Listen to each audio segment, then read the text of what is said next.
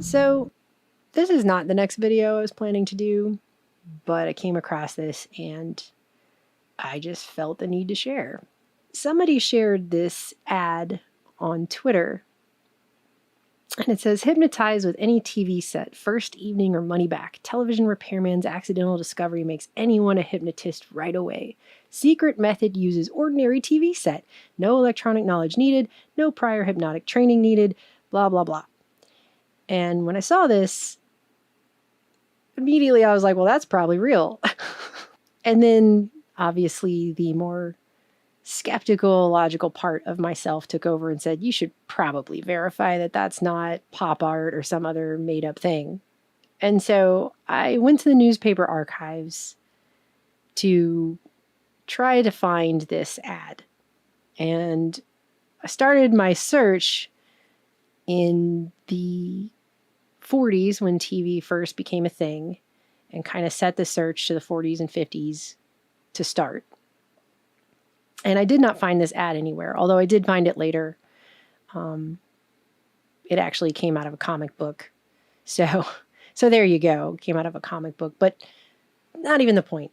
Because what I did find instead was this and versions of this article all over December 1946, talking about how BBC, the British Broadcasting Corporation, the government-owned BBC, was going to bar television hypnosis because it was too effective.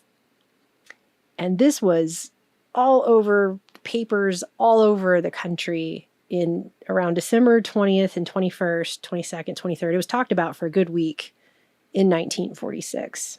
So the ad I couldn't find, but this I did.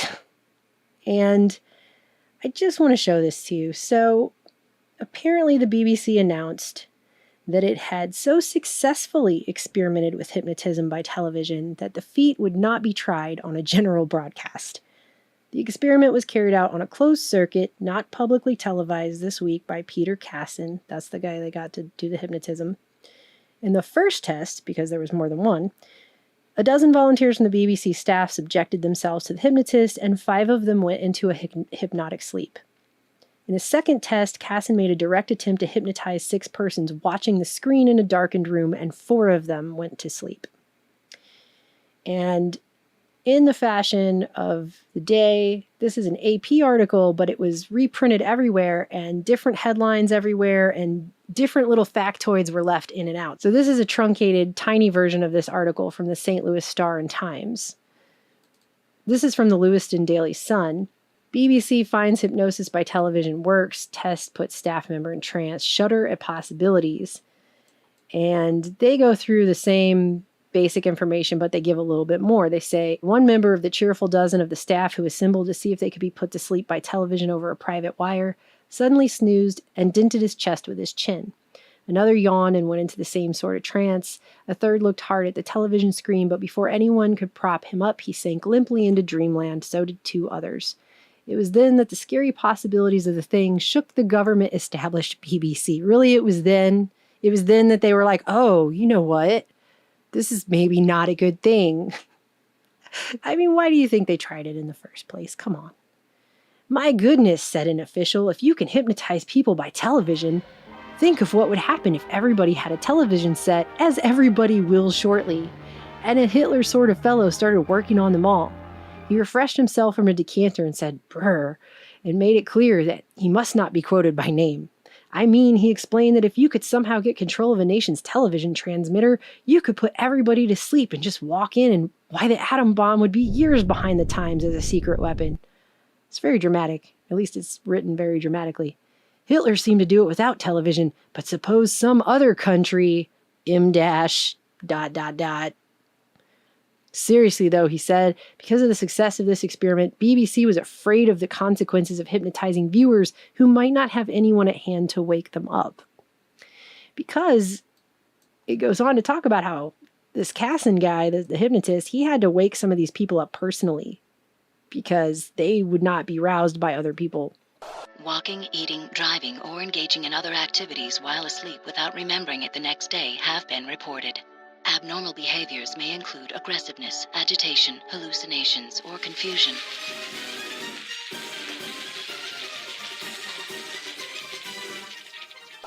Here's another version of the article out of the Muncie Evening Press. Several watching television made hypnosis victims. The BBC announced they experimented with television. And this one has another interesting point, that one person in a party watching a television screen in a darkened room across the corridor also fell under the hypnotic influence, although Mr. Casson was not then addressing the viewing audience.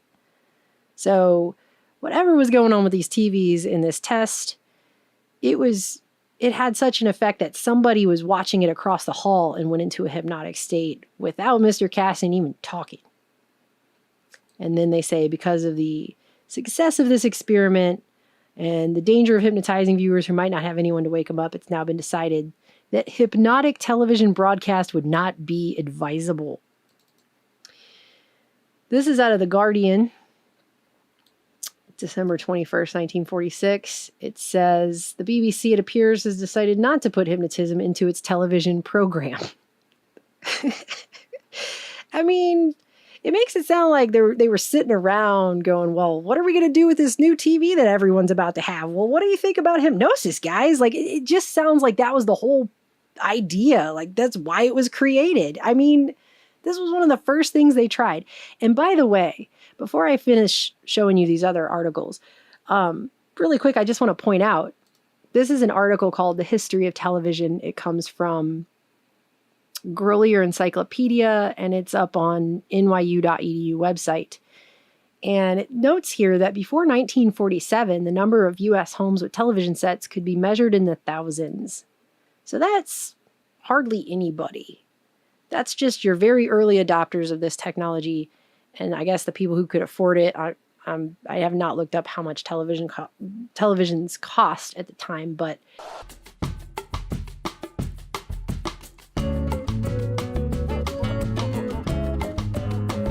not very many people had a TV before 1947. And in fact, this article goes on to say full-scale commercial television broadcasting did not begin in the United States until 1947. So in 1946, hardly anyone had a television. And that is when they were doing these experiments. So this version of the article goes on to say that the experiments were too successful. And it says, before anybody gaily protests that BBC officers are notoriously half asleep already or complains that its television staff must be so overworked that it drops off on the slightest provocation, let it be agreed that drowsiness is easily fostered by the effect of a rhythmic pattern on the eye. Even a windscreen wiper will do it, as drivers of motor cars know to their annoyance. Add a readiness to relax in the soothing voice of the hypnotist, and the rest is a recognized psychological process. Just how far the instructions of the hypnotist can then influence the dream or actions of the sleeper depends on the degree of hypnosis and the receptivity of the subject. It would certainly be well not to introduce such experiments into a television program. In the first place, it's no part of the BBC's business to send its customers to sleep. In the second, it would almost certainly be accused by someone of having seized the chance to pour the leprous distillment of communism or fascism into the helpless sleeper's ear. So everybody was thinking about the power of this technology and what it could do. And this comes out of the Sioux City Journal. It's their version of it. But they follow it up with a danger admitted here in the U.S. They follow it up by saying the National Broadcasting Company's television vice president, John F. Royal, agreed Friday with British experimenters that hypnotism by television would be dangerous and said the network would keep off the air any performer who might exert undue influence by hypnotic means. Many well-known hypnotists, he said, have offered their services to television, but all such offers have been turned down. Television's ability to capture the attention of its audience is so strong that we feel hypnotism could be potentially a very dangerous and risky thing, Royal said. And following the publication of this, you had newspapers all over the place making jokes about how, shucks, millions of people are already hypnotized by radio, never mind television, they have to be, or they wouldn't sit and listen to all these commercials. Ha ha ha, so funny. And I also wanted to point out that some of them referred to it as hypnotized by radio, even though, like this headline from the Examiner says hypnotized by radio and then says hypnotism by television has been tried on a closed circuit, blah, blah, blah. So then I started to wonder how many other articles of this were put up that were about being hypnotized by radio that were under this same headline to see if there was any further information. And what I came back with actually was that in 1927, they were putting on hypnotic radio shows to see what would happen with hypnotism over actual radio. So here's an appearance by a mystic named Vishnu, and Zenith Radio is promoting it about how they were going to have a live hypnotism show at the Capitol Theater. And this was January 18th, 1927.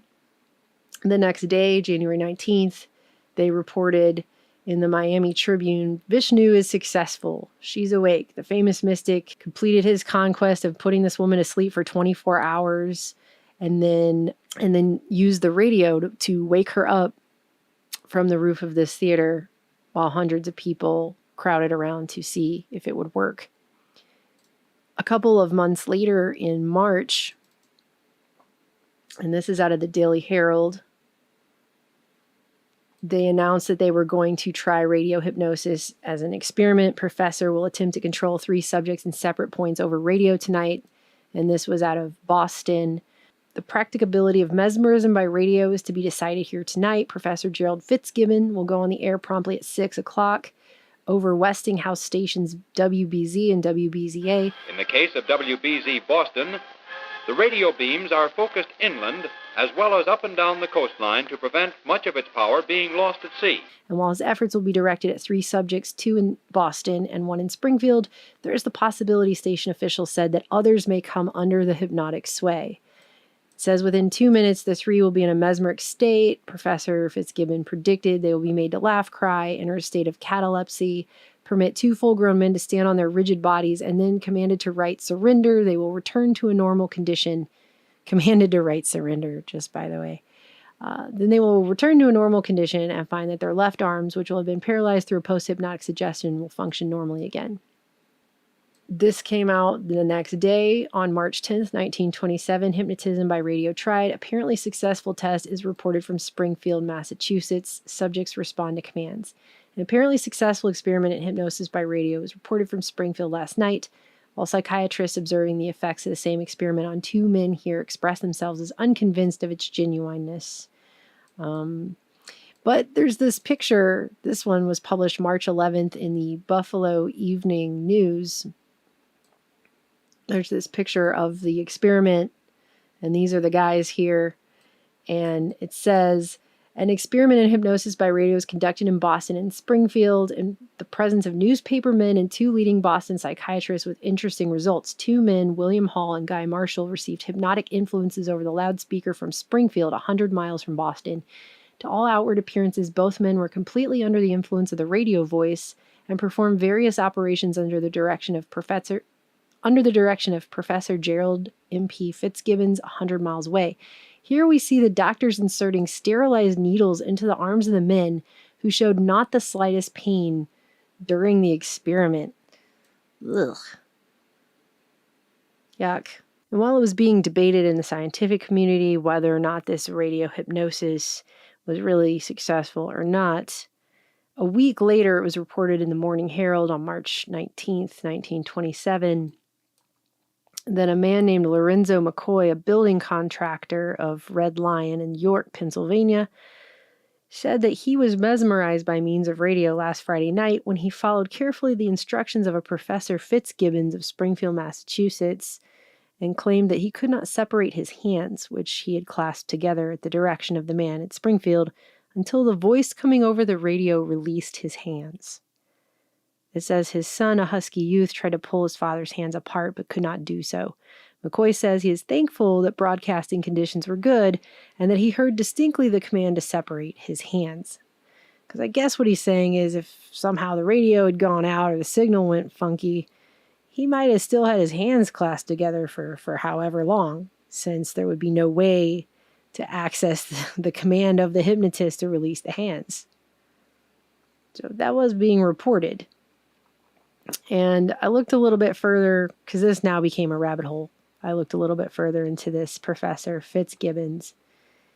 And they're talking about a man named Gerald Fitzgibbon. who, by the point of the BBC experiments in 46 and 47, he was going under the name Professor Whiz and being hired by corporations like Phillips Petroleum to do hypnosis to auditoriums of 1,000 people who were guests of the Petroleum Corporation, and amusing bankers at the American Institute of Banking dinners. So he was being hired by corporations and institutions to go around and hypnotize large groups of people at the same time that the BBC is doing these experiments on television. And at that point, I was like, why not? So I tried to look this guy up in the declassified CIA documents. I didn't see anything specifically related to him. But what I did find is that in January 1980, you had ex-CIA hypnotherapist Dr. Milton Klein, who was a consultant to the CIA's super secret behavior modification project Bluebird, which is the precursor to MK Ultra. Back in 1950, they were using things like polygraphs, drugs, and hypnotism to try and attain results in interrogation techniques. So he was part of that. He was coming out in January 1980 warning about regulating and limiting hypnosis to health professionals and saying that one of the goals of these experiments to create a hypnotized remote-controlled assassin was entirely possible, though he denied knowledge of any terminal experiments that would have tested these theories. So he's talking about Manchurian candidates. And he's saying, even 30 years later, in 1980, that it's completely possible to do that. It says, Klein claims that given the proper subject and circumstances using hypnosis, he could produce a killer in 3 to 6 weeks. And that it cannot be done by everyone, it cannot be done consistently, but it can be done. And then, in an eerie set of events, that same year, in December, this same hypnotist, Dr. Milton Klein, was hired as an expert by the defense in Mark David Chapman's trial for allegedly firing 5 shots into John Lennon. So he was hired as an expert on hypnotism to try to prove that Mark David Chapman was temporarily insane when he shot John Lennon. The same year that he's giving an interview where he's warning that Manchurian candidates are totally a possible thing. So that was really creepy to stumble upon. Hypnotism by radio was also experimented with, and also apparently with success, back in 1927. So it's not really a surprise that they would do it with the television as soon as they got a television, that would be the thing. And this article came out in the Birmingham News on December 24th, 1946, Hypnotism via Television Now Proved Fact. It says that professional hypnotists in this city were interested but not at all surprised over the success of hypnotism by television as carried out by a British hypnotist in a recent experiment conducted by the British Broadcasting Corporation. It seems, according to a news dispatch from London, the English specialist pre-tested his program before a committee of 6 judges at BBC television headquarters at the Alexandria Palace. Peter Casson fixed his staring eye on the lens of a television camera and suggested smoothingly that all looking go to sleep. All woke up when shaken vigorously. There's nothing at all unusual about this, said Dr. Thomas L. Garrett, president of the Garrett Foundation for Psychological Research, which has done valuable work in restoring World War II victims of battle fatigue by hypnotic suggestion. Hypnotists in this country, myself included, have been practicing hypnosis over the telephone for 25 years. It should be even easier by television. And then they go on to say, like many other articles have gone on to say, that this cannot be done against your will. You have to be a willing participant for this to work. But, I mean, if people are willingly sitting down to watch television, doesn't that mean you're a willing participant? I don't know. I'm just saying. I think the point of this is really just to show that television was not even a thing yet that was widely had by the majority of the population, and one of the first things they were doing with it was to see how effectively it could be used to hypnotize people. and thinking about all of the possibilities of that technology being used in that way. And just for the record, here's this Hypnotize with Any TV Set ad. It's up on Wikipedia Commons, and it states down here that it comes from The Amazing Spider-Man, which was published in 1973. So, and we've talked about this before on this channel over the years, about flicker rates and alpha states and what happens to your subconscious mind. Adds up with this video. Recently, I was looking through some congressional subcommittee hearings, like you do, and apparently they held one on subliminal communication technology, which was held in the year 1984 of all years, and put into the record was a Southern California law review document that mentioned several very interesting points. First, it notes that according to previously classified documents, the CIA was testing subliminal manipulation in movie theaters during the late 50s, and in a document on these studies speculated that subliminal projection can be utilized in such a way as to feature a visual suggestion such as obeyed, deleted.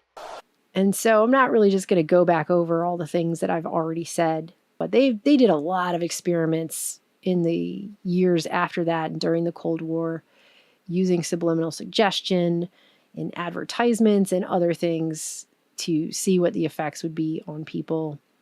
That's all ground that's been covered. But I came across this article up on Psych Mechanics that's from last year, How TV Influences Your Mind Through Hypnosis. And I just think some of the things the guy said are probably a good way to finish this video. He talks about, would I be exaggerating if I say that a part of your behavior and personality is shaped by the things that you see on the TV screen, on the screen? Definitely not. It's naive to think that television is a harmless pastime activity that doesn't affect your psyche in any way. Every thinking person knows that anything you expose your mind to affects it. Your psyche is continually being shaped by all kinds of information that you receive from your environment, and that includes television, which he calls one of the most effective hypnotic tools out there, that can have a huge influence on the way people think and the beliefs they hold, and that your subconscious mind, which carries all your memories and beliefs and makes you who you are, is directly programmed by watching television. Like I said, we've talked about this before, but your brain can only be surprised by information one time. So if you watch something on TV, that's the one time. That's the one time that information has now gone into your mind and has been, quote unquote, programmed there. I mean, that's what it is. You're not going to be shocked by that a second time. They've done studies with ads, and they found that they really don't need to show you things repetitively. They really only need to show it to you once. And that when you go into a store, your brain is going to recall that one time that it was shown to you. So they really don't have to play you 100 Coca-Cola ads. They just have to play you one Coca-Cola ad. That's all it takes. And he goes on to talk about the flicker-induced hypnotic state that puts people into an alpha state that's commonly associated with deep relaxation.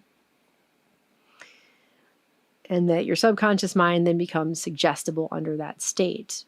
And then all the information you receive in that state just goes into your memory pool. He says, since beliefs are nothing but memories, this information has a tendency to alter your beliefs or form new ones when it seeps into your subconscious mind. You might think the remote is in your hand and you're watching the program, but in truth, you're the one who's getting programmed. Freeing your mind is all about finding out what beliefs you are holding in your subconscious, bringing them to consciousness, and then eliminating the ones that have no compelling evidence or basis in reality. The natural consequence of a hypnotic trance state is that your conscious filters are turned off and you're unable to critically analyze the information that you are receiving. Moreover, when you watch TV, you're not able to do any thinking because information is bombarded continuously into your mind. You get no time to process what you're watching. Your conscious mind is eliminated from the equation, and the information you receive continues to become part of your belief system.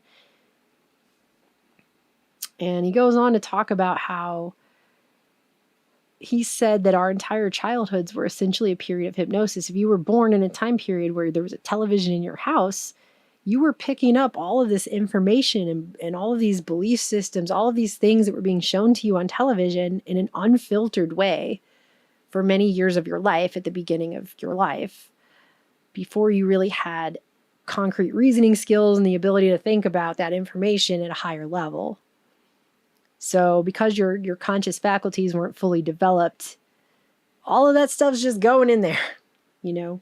And he says, think about it. If you saw Superman flying around, little kids go and they dress up like Superman and put on a cape and try to fly off their balcony or jump around. They try to do wrestling in their living room, all these kinds of things because they're trying to enact the things that they're learning off of the television set. This mission is critical.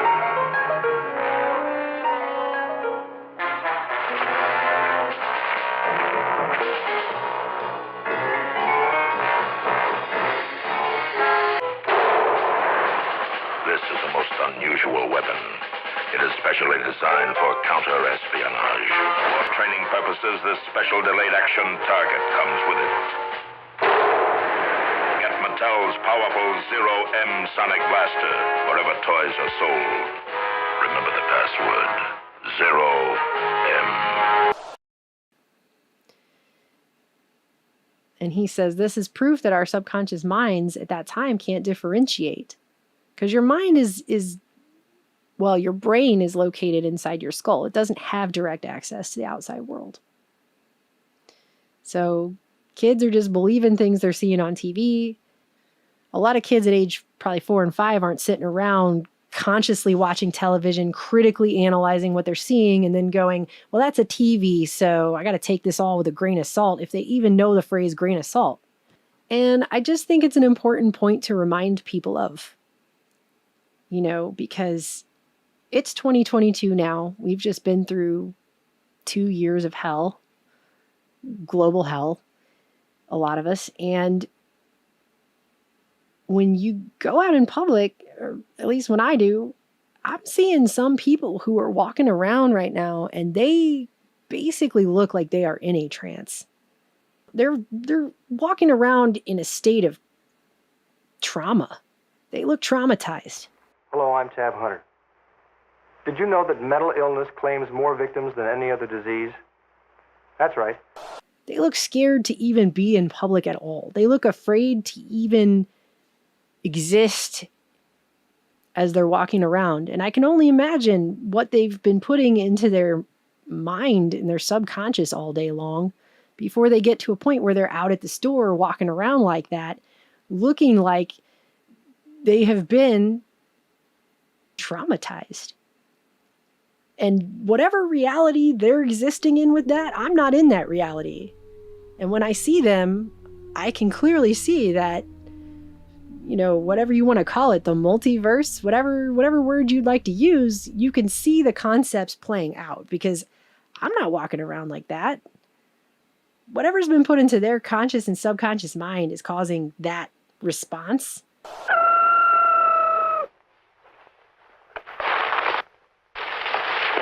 I'm hungry!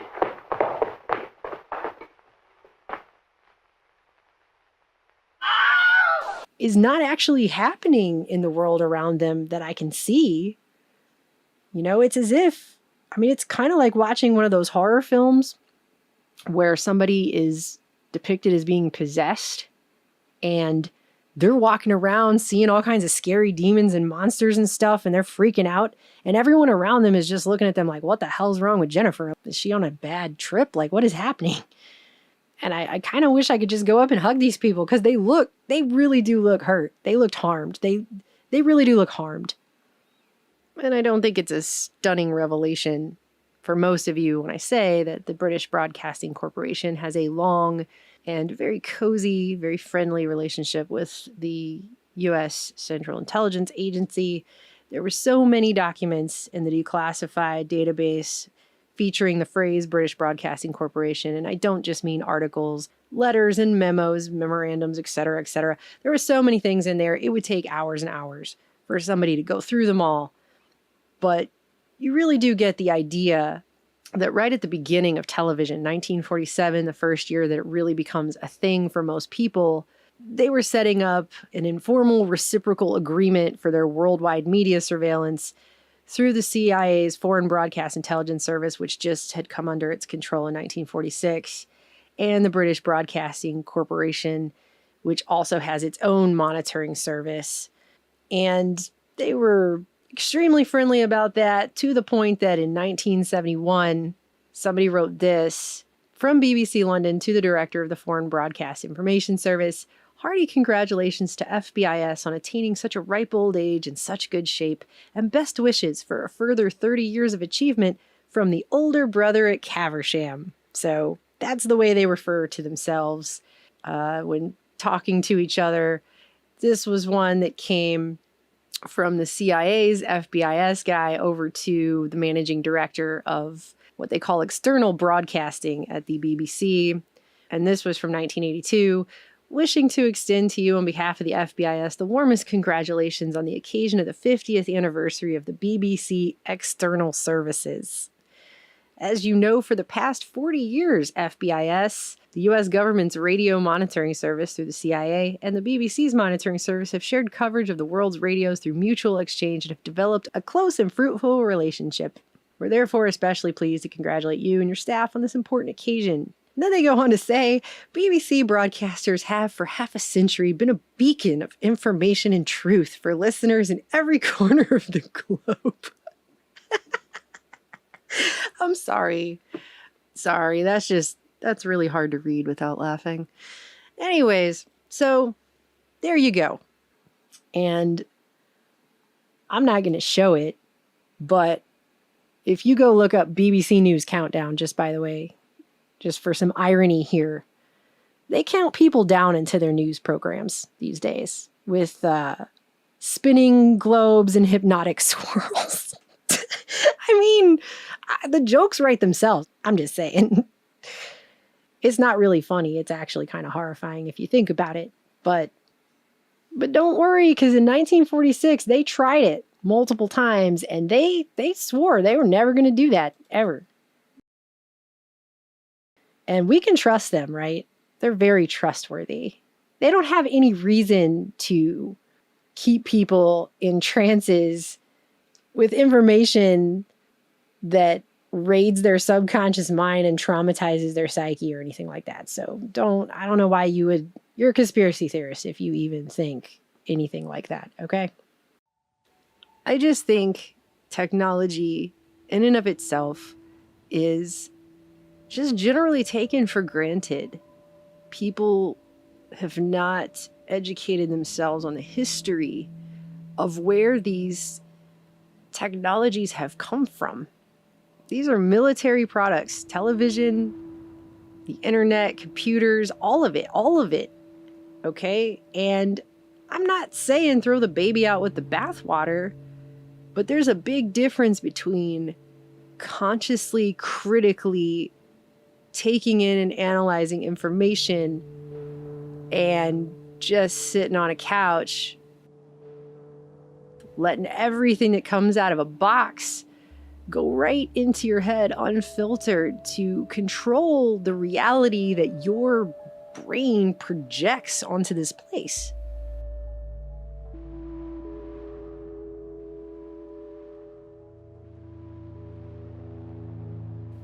I actually was reading a different article altogether. It was about the atom, and it ended with, "It's a wonderful and dangerous world in which we live today, thanks to science. The danger enters by reason of the fact, as stated above, the creations of science do not have a conscience. Man must supply that."